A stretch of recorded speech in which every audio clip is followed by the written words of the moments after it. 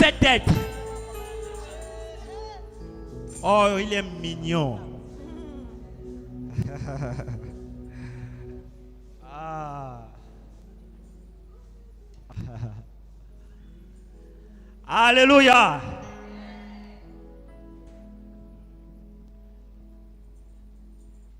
Vous savez, il y a un temps où le Seigneur, après qu'il ait choisi le peuple d'Israël, dans plusieurs saisons, souvent, a abandonné le Seigneur. C'est souvent relâché dans le service qu'il devait rendre au Seigneur en tant que peuple du Seigneur que le Seigneur avait suscité pour l'adorer. Et dans chacune des générations, quand nous lisons l'Écriture, Israël, nous pouvons voir, à chaque fois le Seigneur venait interpeller Israël à revenir vers lui. Pourquoi aujourd'hui nous avons besoin du réveil? C'est parce que, en réalité, plusieurs cœurs qui étaient avec Jésus, avec le Seigneur, l'ont abandonné. Ceux qui avaient reçu l'enseignement, c'était autrefois convertis, c'était autrefois donné à Jésus, reçu le Saint-Esprit. Beaucoup, que ce soit dans la nation, que ce soit dans les nations, se sont relâchés. Beaucoup sont quittés de leur place d'adorateurs et d'adoratrices. Beaucoup sont partis et ils ont laissé leur place vide. Beaucoup sur qui les regards du Père étaient placés ont quitté la place. Certains sont restés dans le système, dans la religion. Certains sont restés avec les titres. Mais le Seigneur les voit ailleurs. Ils ne sont plus à leur place. Beaucoup qui n'ont jamais reçu le Saint-Esprit, beaucoup qui ne se sont jamais convertis, le Seigneur aussi a une place qui les a réservée. Le Seigneur, dans sa préscience, il est écrit, pour les œuvres qu'il a prévues depuis la fondation du monde, que nous devons accomplir, n'est-ce pas? Alléluia. Ces œuvres sont déjà préparées. Les œuvres de conversion sont déjà préparées. Les œuvres de sanctification sont déjà préparées pour certains qui sont encore aujourd'hui dans le monde, dans le péché, soumis au diable, encore adorateurs du diable. Ce sont ces personnes-là que le Seigneur veut amener à leur place normale. Alors il y a deux catégories de personnes qui ont besoin de recevoir le réveil de notre temps. Le réveil que le Seigneur a prévu, envoyé au Gabon, dans les nations. Ces catégories de personnes, ce sont d'abord les chrétiens. Si le jugement du Seigneur commencera dans la maison de Dieu, ça veut dire que le réveil commencera dans la maison d'Élohim. Et les autres, c'est aussi ceux qui sont encore dans le monde, qui sont encore dans le péché, qui n'ont pas encore fait la paix avec le Seigneur, qui n'ont pas encore fait ce premier pas avec le Seigneur, mais que le Seigneur dans sa préscience connaît déjà. Le Seigneur dans son amour connaît déjà. Le Seigneur dans sa préscience, dans sa grandeur a déjà prévu même des places. Alléluia. Nous aujourd'hui nous croyons en cette parole que le Seigneur a dit aux disciples dans Jean là-bas. Il leur dit, il dit qu'il s'en va, mais quand il ira, il va nous préparer des frères et sœurs. Quand le Seigneur disait ça aux disciples, aux 12 à cette époque, il y a plusieurs années en arrière, toi et moi, nous ne étions pas encore nés. Il y a plusieurs générations qui sont passées avant nous, quand le Seigneur a prédit cette réalité. Quand il a dit qu'il s'en va préparer les places, il ne parlait pas seulement aux disciples présents. Il parlait à toi qui es chrétien aujourd'hui. Crois-tu que tu as une place réservée au ciel? Mais en réalité, quand le Seigneur parlait, il parlait aux disciples physiques. Mais il pensait aussi aux disciples à venir. C'est pourquoi le Seigneur avait prévu ta délivrance. Le Seigneur avait prévu ta conversion dès la fondation du. C'est pourquoi il faut le réveil. Il faut le réveil dans ma vie, qui suis déjà chrétien. Il faut le réveil dans ta vie qui est encore dans le monde, dans le péché. Qui est encore lié au diable. Qui est encore attaché aux choses de ce monde. Attaché aux us et aux coutumes. Attaché à la réalité, à la manière de vivre de ce siècle présent. Attaché aux mensonges. Attaché à l'hypocrisie. Attaché à l'adultère. Attaché aux choses du monde. Tu as besoin aujourd'hui d'entendre ceci. Le Seigneur t'a connu d'avance. Et il a prévu ta délivrance. Et il faut juste que toi, tu te répands.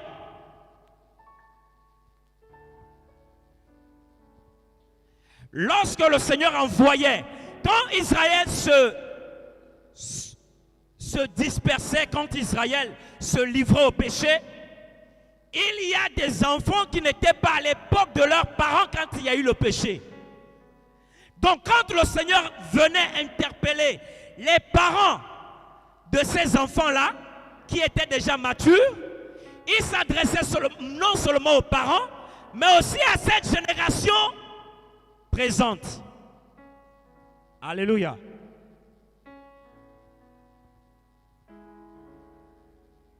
Tu as besoin aujourd'hui de te remettre en cause. Toi qui es encore dans le péché.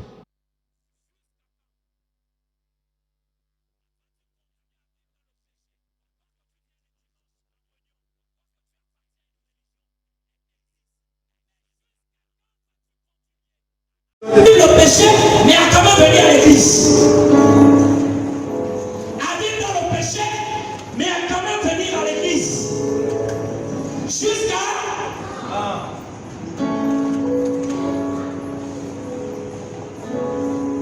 Ici, je m'adresse à tous ceux qui connaissent la vie religieuse, mais qui ne se sont jamais convertis. Il y a même certains parce qu'ils sont dans les familles où le père et la maman sont chrétiens et ils pensent déjà être chrétiens.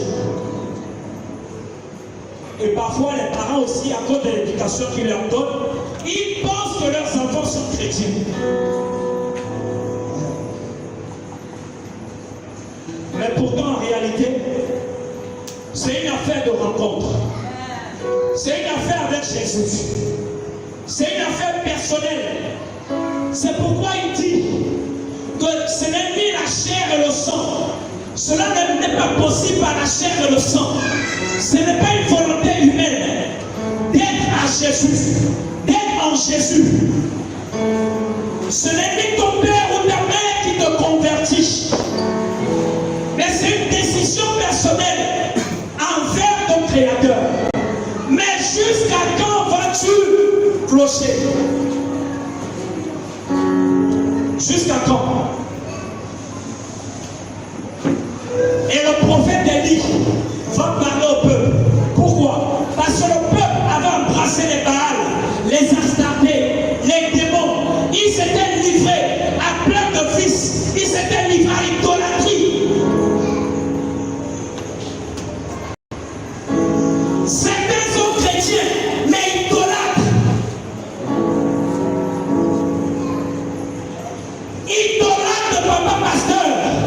Idolâtres de maman pasteur. Idolâtres de papa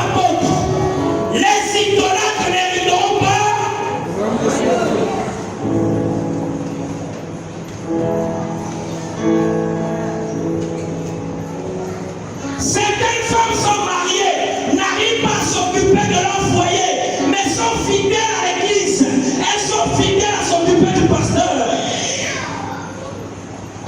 Idolâtrie.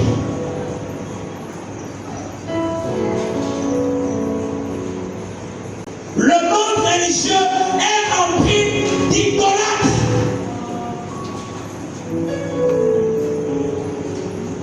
Ils prennent les hommes pour des dieux.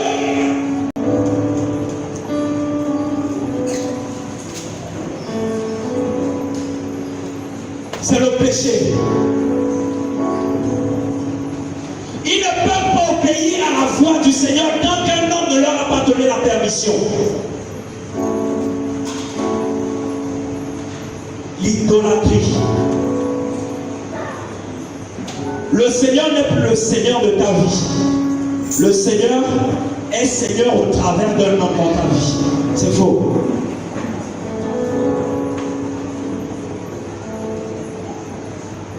L'idolâtrie.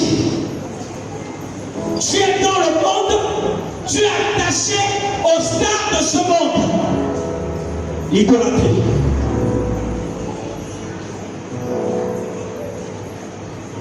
Il y a des gens.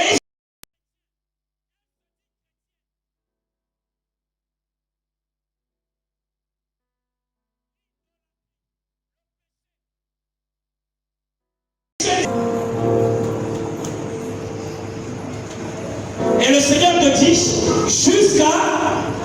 jusqu'à quand vas-tu clocher? Jusqu'à quand vas-tu clocher?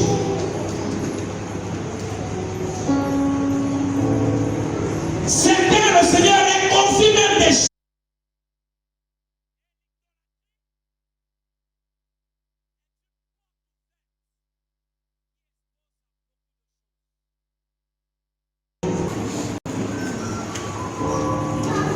Pourtant, il est écrit, c'est pour la liberté que Christ nous a franchis. Et il dit plus loin, ne devenez donc pas esclaves. Esclaves.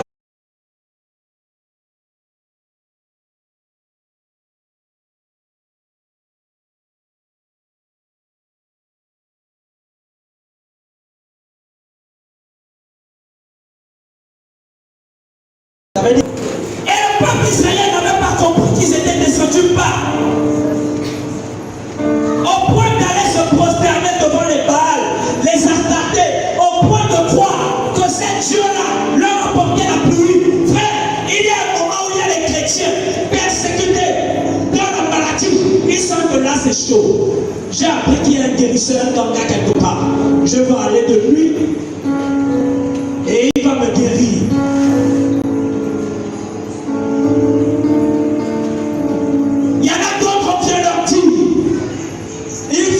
Ici.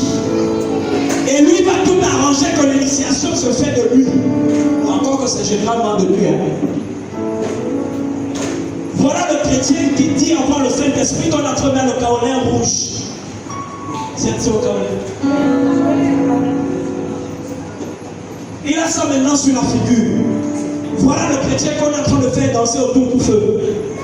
Chrétien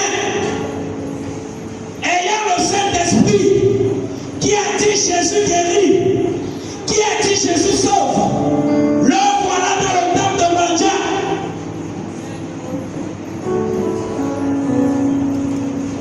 Il y a même que le Seigneur fait grâce. Quand ils vont là-bas, il le regarde et dit ah, toi ta place n'est pas ici. Amen.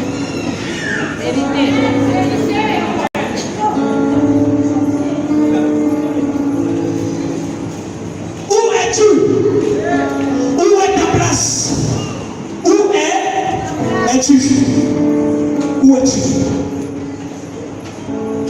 C'est sûr que cette situation est très critique, est très difficile à supporter. Mais est-ce que tu es à ta place? Alléluia. Israël était tombé aussi bas. Et le verset qu'on vient de lire dit que Élie va leur parler de la part du Seigneur. Qu'est-ce qui va se passer? La Bible précise qu'ils n'ont pas dit une seule. Et il y a les chrétiens. Là, je suis encore chez les chrétiens. Quand tu vois qu'il ne parle plus là, tu parles, tu prêches la Bible, tu prêches, tu te regardes. À un moment, en réalité, au fond là, il dit seulement que le Seigneur fasse ce qu'il peut faire. Parce qu'il ne croit plus qu'il peut faire. Il n'y a plus la foi. Il n'a plus la confiance. Tout est parti. Il n'a plus cette force de croire que le Seigneur est capable de faire. Il voit que la situation a aussi trop duré, au point où il s'est même déjà tracé d'autres chemins. Il a commencé à croire d'autres choses. Frères et sœurs, Israël pensait que s'ils avaient les pluies, c'était à cause d'Astarté, un démon.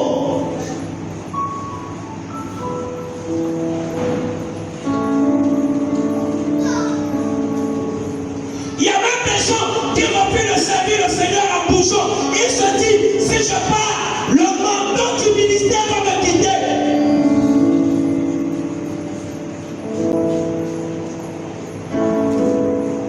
Parce qu'ils sont idolâtres. Et quand tu vas parler avec eux, ils vont te parler des principes. Pour toi, au fond, c'est l'idolâtrie.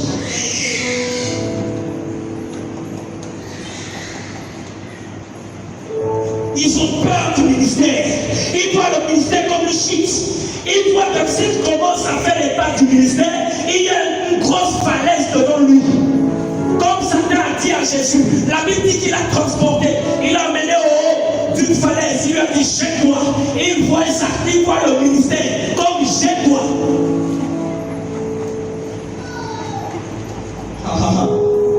Frères et sœurs, il voit le ministère. Il voit le fait d'obéir au Seigneur comme le fait de se jeter au haut d'une falaise.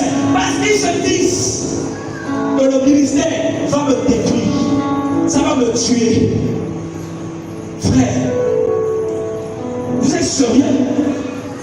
Tu es sérieux avec ce genre de pensée? Tu es sérieux? Celui qui t'a volé n'est plus capable de te garder? Tu es sérieux? Celui qui t'a volé n'est plus capable de te garder des attaques de sorcellerie?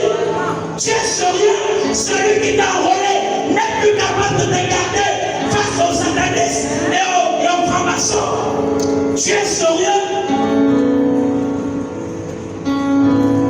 Frères et sœurs, la Bible dit que Jésus a dépouillé tous les âmes des démons.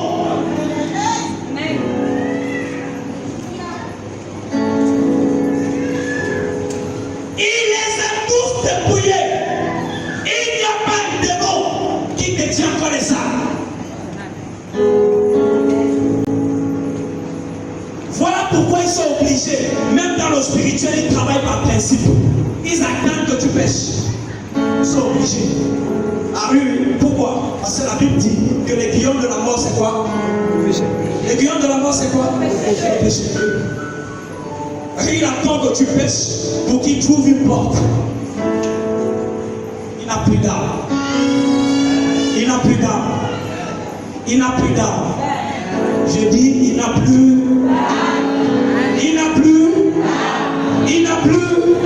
Jésus l'a vaincu. C'est pourquoi il allait demander la permission pour Job. Il a dit, regarde Job, si tu l'arraches tous ses biens, il va te remuer. Frères et sœurs, il demandait la permission. Et comme il est rusé, il vient d'une autre manière à l'accusateur. Frère, mais la Bible nous dit que Job n'a pas failli.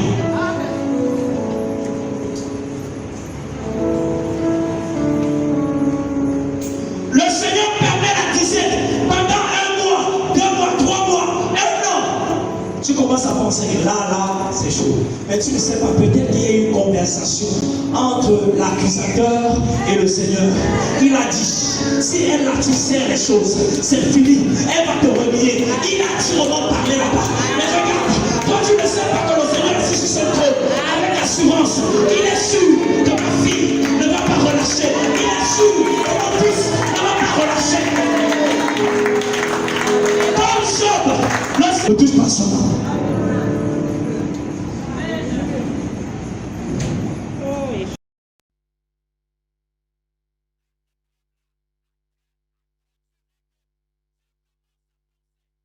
Le Seigneur n'est plus capable.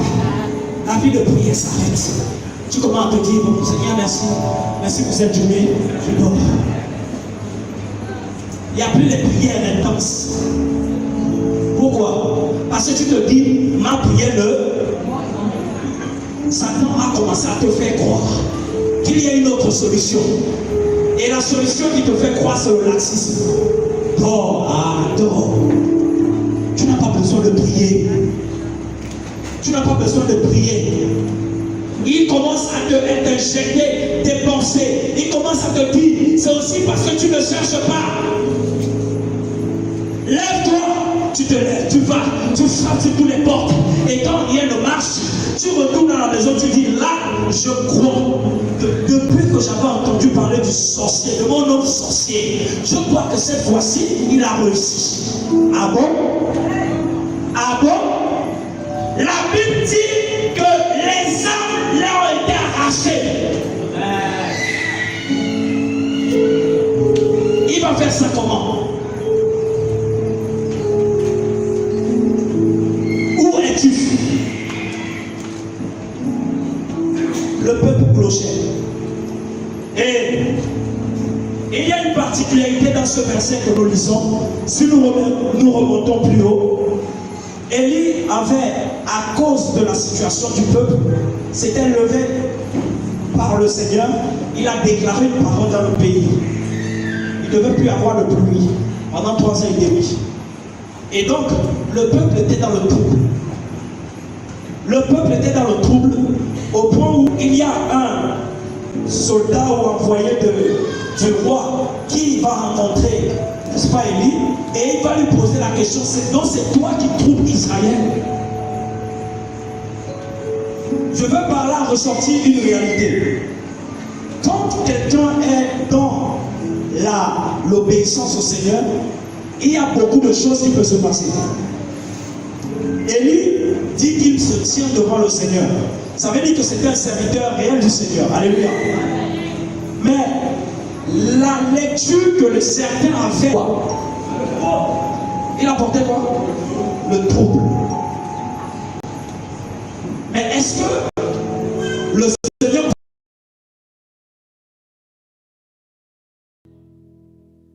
Mais en vérité, Israël était troublé. C'est pas vrai. Israël était troublé de manière humaine. Mais dans le spirituel, derrière ce qui se passait, il y avait un langage. C'était que le père était en train de chercher à ramener les cœurs des fils vers lui. Il y a des ministères que le Seigneur peut susciter ou le Seigneur suscite. Leur service peut être considéré comme un service de trouble. Au milieu du peuple, les gens ne comprennent pas. Les gens se posent trop de questions. Frères et sœurs, attendez. Élie va vous démontrer. Quand il va placer les 12 fondements, quelque chose va se passer. Il va appeler le Dieu d'Élohim, le Dieu d'Élie. Il va lui dire, Père, réponds par le feu. J'aimerais nous annoncer ceci. Il y a des services qui peuvent parfois ne pas être compris. Mais attention, ce sont des services qui viennent avec le feu d'Élohim. Ce sont des services qui viennent avec l'autorité du ciel. Ce sont des services mal compris, mais qui sont une bénédiction pour la nation. C'est justement pourquoi c'est une question de vie ou de mort. Parce que quoi que les hommes peuvent parler, les hommes peuvent ne pas comprendre. Mais le Seigneur, lui, il a une volonté. Il a une volonté, il a quelque chose à atteindre. Il a un but à atteindre. Le but du Seigneur, c'est de ramener quoi? Les cœurs des fils d'Israël qui s'étaient éloignés au Père. C'est justement pourquoi le message qu'Élie avait, c'était le message du retour à Yahweh. Qu'est-ce que tu es venu entendre ce matin? Qu'est-ce que tu t'attends ce matin? L'heure est arrivée pour toi de retourner à ta place. L'heure est arrivée pour toi de de revenir à ta place. Tu es peut-être chrétien. Tu as trop regardé au regard des hommes. Mais l'heure est arrivée pour toi de revenir à ta place. Tu as eu trop peur des hommes que tu as laissé ta place. Et tu penses qu'il faut que quelqu'un d'autre s'occupe de ce que tu devais t'occuper. Mais j'aimerais te dire que c'est une question de vie ou de mort.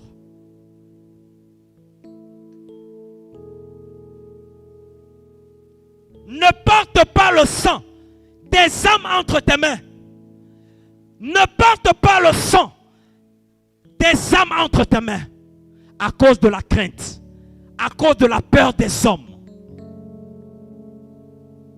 Parce qu'en réalité, le Seigneur a un grand peuple qu'il veut sauver dans la nation. Le Seigneur a un grand peuple qu'il veut sauver dans les nations. C'est justement pourquoi il est temps pour toi de repartir à ta place. Et toi qui n'as jamais occupé ta place, toi qui ne t'es jamais donné au Seigneur, l'heure est arrivée pour toi de courir vers le Seigneur, de venir à Jésus. Il est bon. Jésus est un bon maître. Jésus est un bon père. Jésus peut te donner l'amour que tu n'as jamais reçu. L'amour que tu cherches, c'est là. Jésus est capable de te donner cet amour.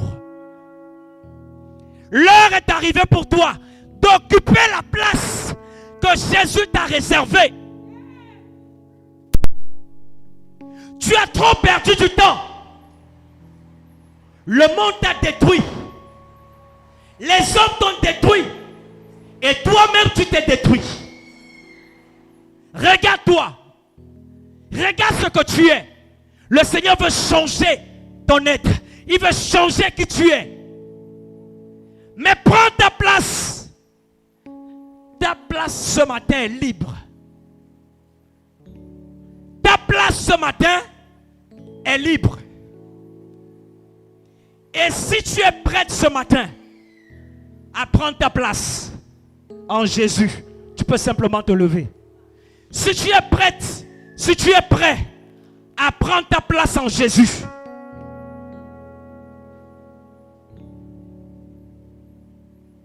tu peux simplement te lever. Ta place est libre.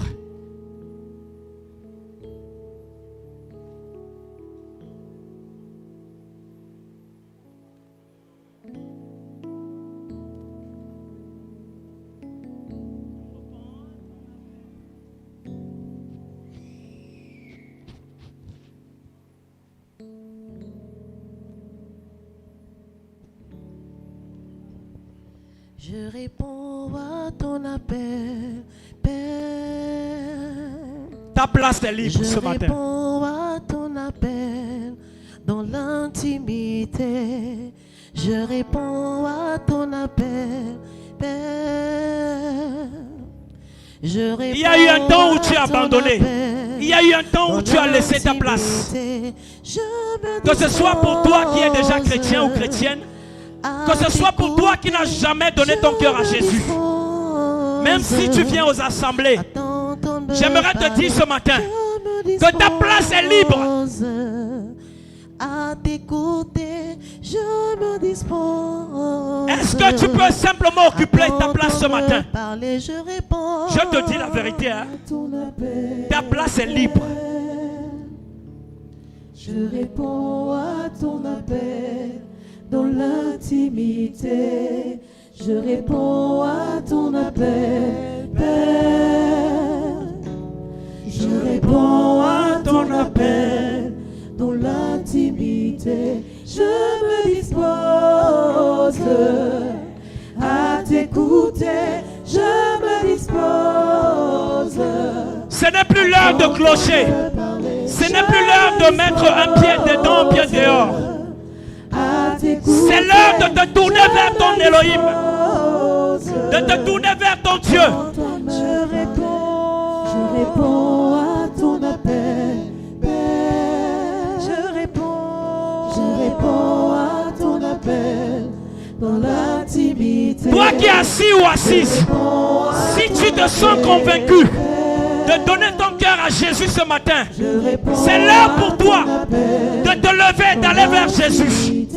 L'action que tu fais en te levant, c'est de dire Seigneur, je veux de toi à partir d'aujourd'hui. Je me dispose à t'entendre me parler. Je me dispose à t'écouter. Je me dispose à t'entendre me parler. Viens, viens, viens, viens, viens, viens, viens. Viens, viens, viens, Oui, viens.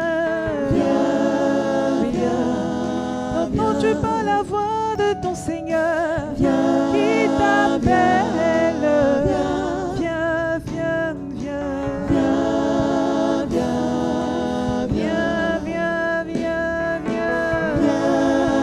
viens, viens, Il t'appelle son enfant. viens, viens, viens. Viens, viens, viens. Viens, viens, viens. Viens, viens, viens. Viens, viens, viens. Je réponds. Alléluia. On va faire une différence entre ceux qui étaient déjà chrétiens et qui veulent reprendre leur place et ceux qui veulent se donner à Jésus et donc qui vont occuper leur place qui leur a été prédestinée depuis la fondation du monde. Alléluia. Donc, les personnes qui veulent se donner au Seigneur, qui ne s'étaient jamais données au Seigneur et qui, à partir d'aujourd'hui, veulent, qui sont debout, parce que qui, à partir d'aujourd'hui, ont décidé de se donner au Seigneur, peuvent simplement lever leurs mains pour qu'on fasse la différence avec ceux qui sont déjà chrétiens. Ok, on a 2 doigts là-bas. Donc le reste était déjà... Tu peux te lever? Ok. Donc on a 3 personnes qui se décident de se donner à Jésus, c'est ça? 4. Ah ok. 4 personnes. Donc, je disais qu'on fait la différence entre ceux qui sont déjà chrétiens et on va commencer avec ceux qui se donnent à Jésus. On va commencer avec eux devant. Moi, tu pourras attendre quelque part à côté. Ceux qui veulent se donner à Jésus peuvent venir. Maintenant, ceux qui se sont levés tout à l'heure, qui sont déjà chrétiens, on va vous rappeler après. Voilà.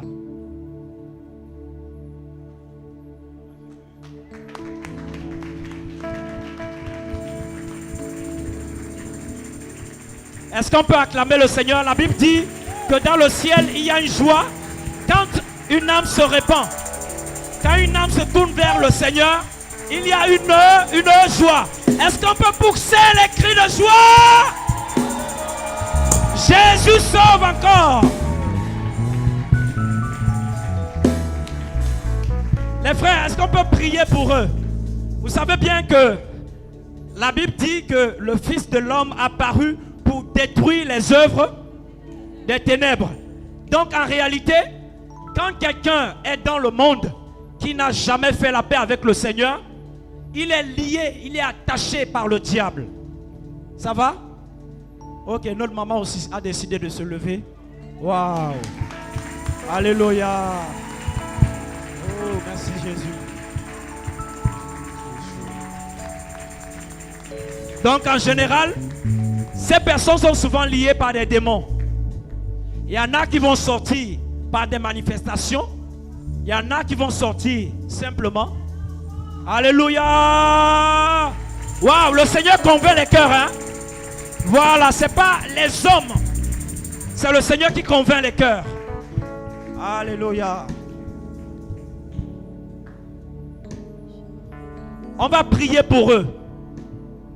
On prie pour eux pour la prière de délivrance. On ne prie pas pour eux pour rendre grâce. On prie pour eux pour la prière de délivrance. On peut prier pour eux.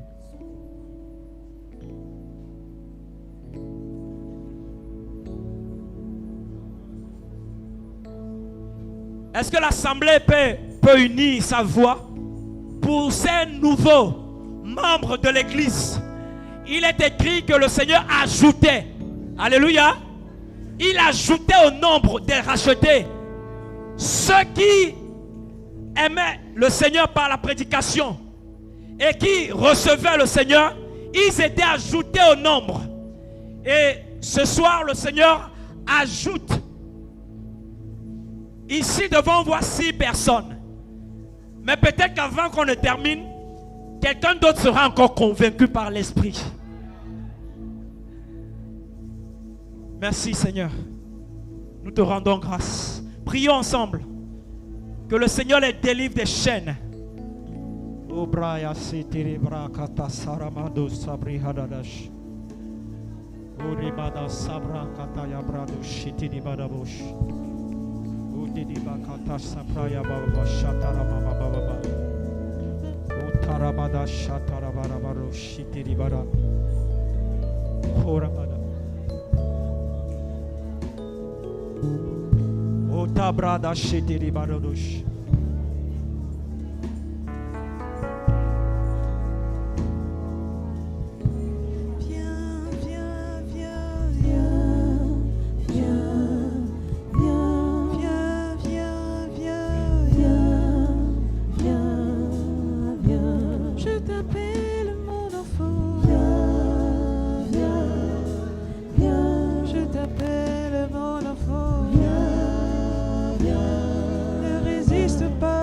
Tous les esprits qui les liaient, au nom de Yeshua, nous délions tous ces liens des démons au nom de Yeshua.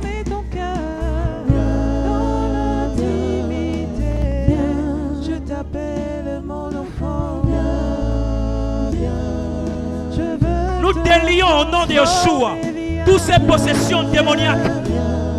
Vous quittez les corps. Vous quittez les corps. Je veux te délivrer, viens, je t'appelle mon enfant. Je veux t'enrôler pour le royaume, viens, je t'appelle mon enfant.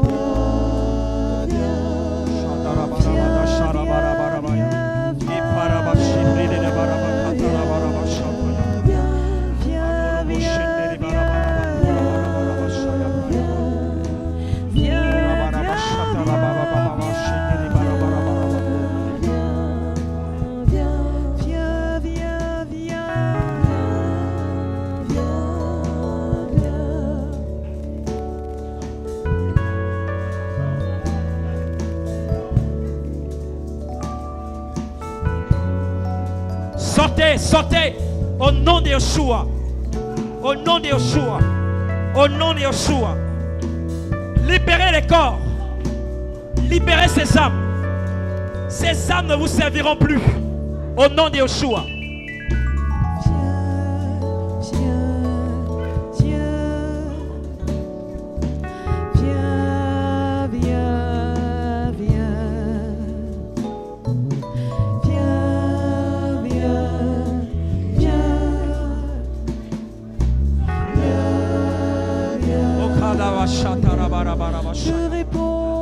Je réponds à ton appel.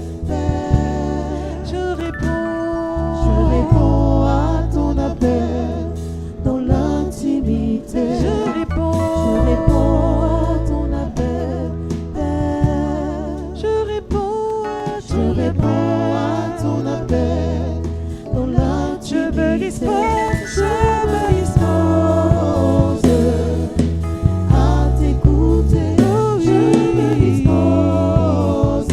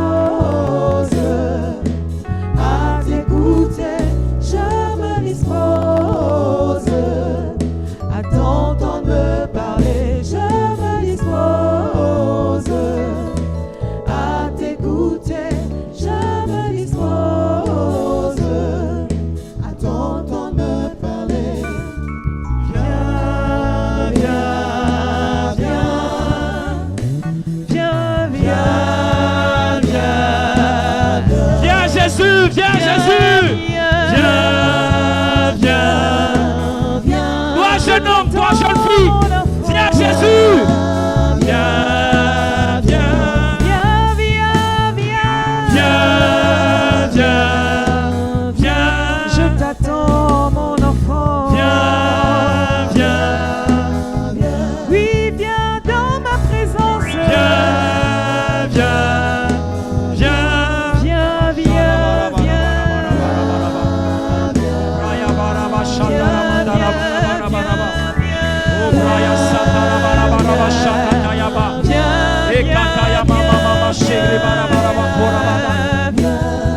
Je veux souper avec toi. Viens, je t'appelle mon enfant. Viens, deviens l'enfant de Jésus. Ton cœur. Viens. Je t'appelle mon enfant. Viens. Je veux transformer ta vie. Viens. Je t'appelle mon enfant. Ton repos se trouve dans ma présence. Je t'appelle mon enfant. Viens. Alléluia. Merci Jésus. Merci Seigneur pour ces âmes que tu reçois, Seigneur, dans ton royaume. Merci de sceller leur nom, d'écrire leur nom dans le livre de vie. Ce livre que tu as préparé pour les racheter. Merci Seigneur. Merci Seigneur. Que tous les esprits qui résistent encore dans les corps libèrent au nom de Jésus.